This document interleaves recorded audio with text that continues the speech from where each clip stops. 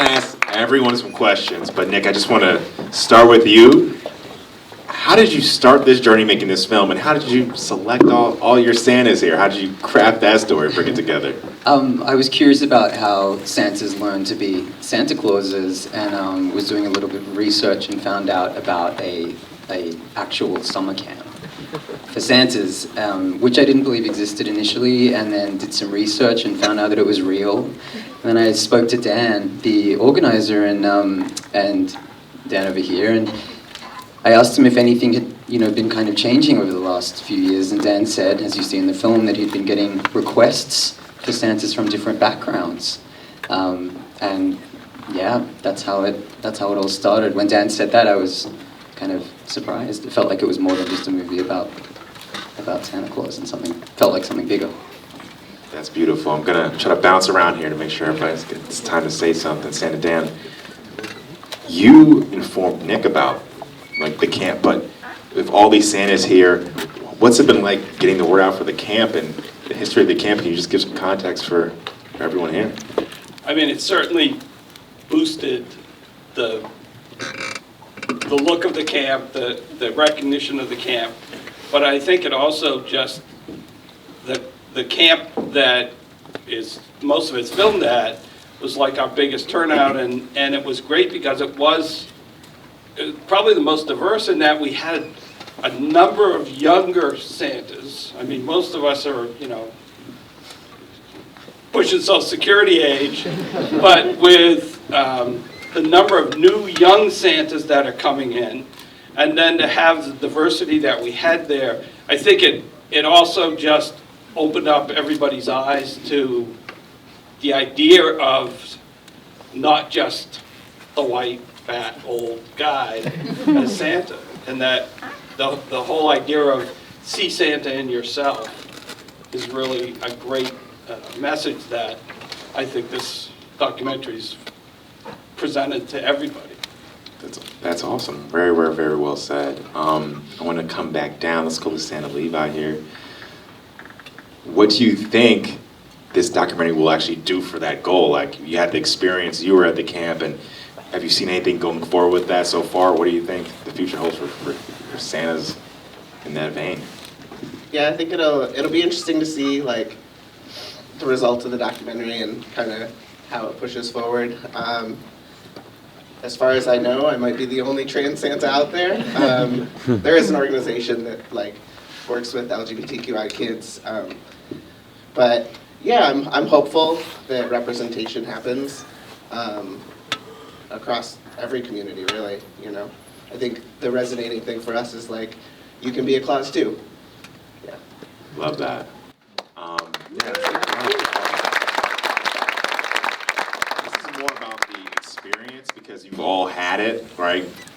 Going through Santa camp, I want to go to Santa Fin, and I would love to know, what was the best thing that you actually learned at Santa camp?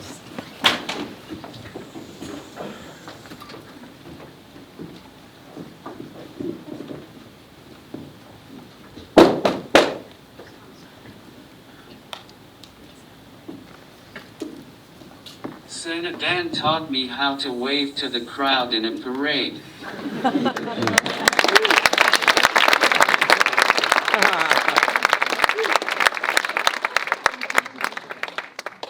That's awesome. I just feel like the camaraderie is such a big part of this experience. Kris, can you just tell me about that experience when you first get there? Does it take time? We see it on the screen, but what's it like being there every day? Is there something that we don't see, or is there a story that is a thing that would surprise us about that experience getting there? So the surprising thing is that I'm actually introvert. So the whole experience of being Santa makes me have to be extroverted. So if I'm not on camera, I literally was disappearing and recharging batteries to people. But the actual overall experience of camp was great. I've met quite a few Santas that were at the camp. Of course, these guys here.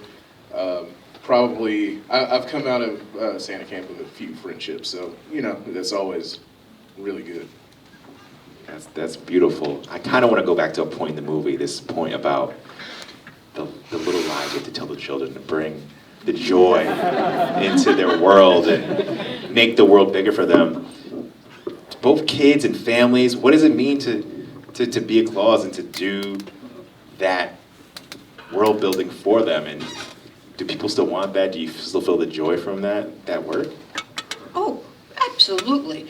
There's nothing quite like being a Mrs. Claus or a Santa. I'm sure they have the same experience.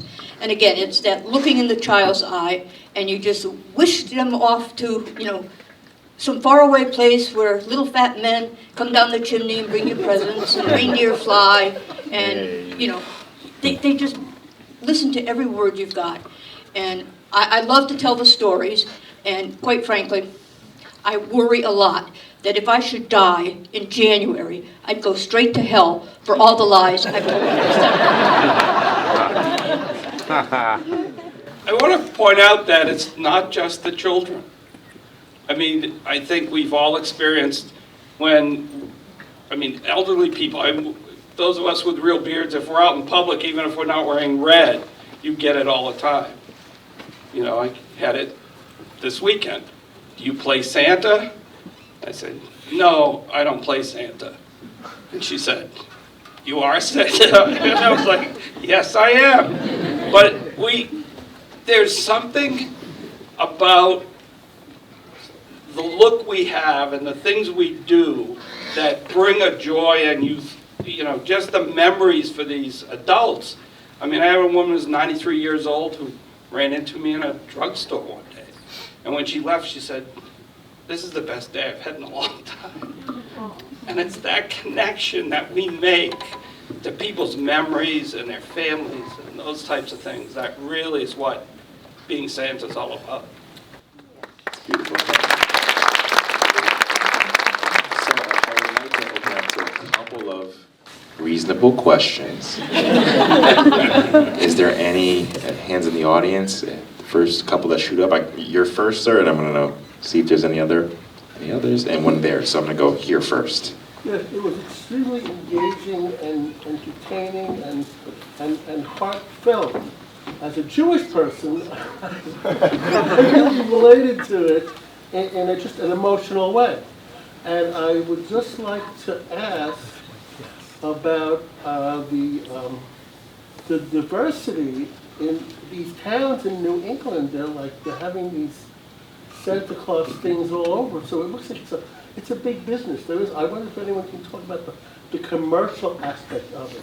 I noticed you have a white beard. Could I get your name and number? Because Jewish Santas are always welcome because they're available to work on Christmas. There is a huge shortage of Santas this year. I mean, it's November, and I'm really kind of stopping taking bookings because nobody is available. Everybody's booked. So what website do I say?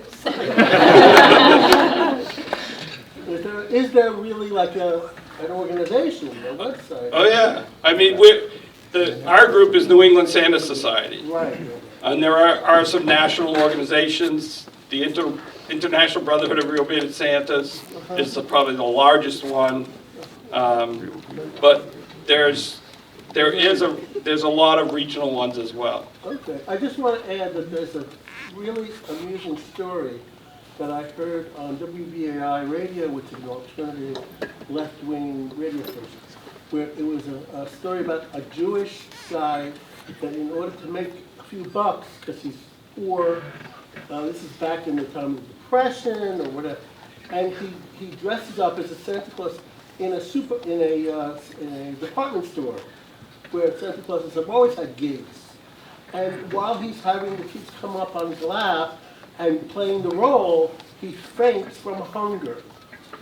And like everybody's so shocked. So I don't know the name of it, I don't know the author of it, but I mean, this is a much more amusing. Well, thank you. Thank you for that question. Sir, here, did you have a question here? My question is actually for Kris. By the way, I love the way the three of y'all are dressed. You guys are like looking super sharp. I want to know if any other Black Santas have reached out to you. Have you met any since making the? Oh yeah. As a matter of fact, me and it's about 9 of us. We're planning on putting together a Black Santa camp.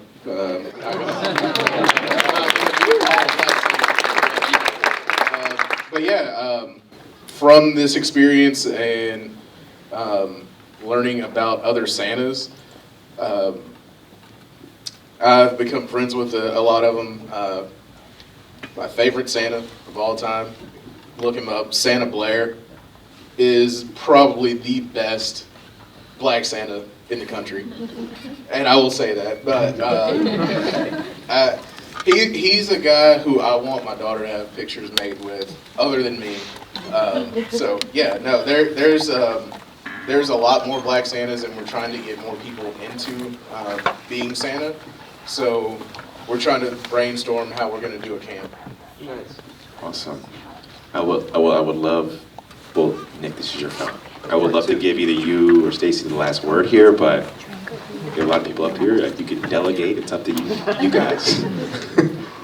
I'm just so incredibly proud of all of the Clauses. I think they did such an amazing job. They let us into their lives and let us see the ups and downs and these incredible triumphant moments. And I'm so grateful that we got to document that.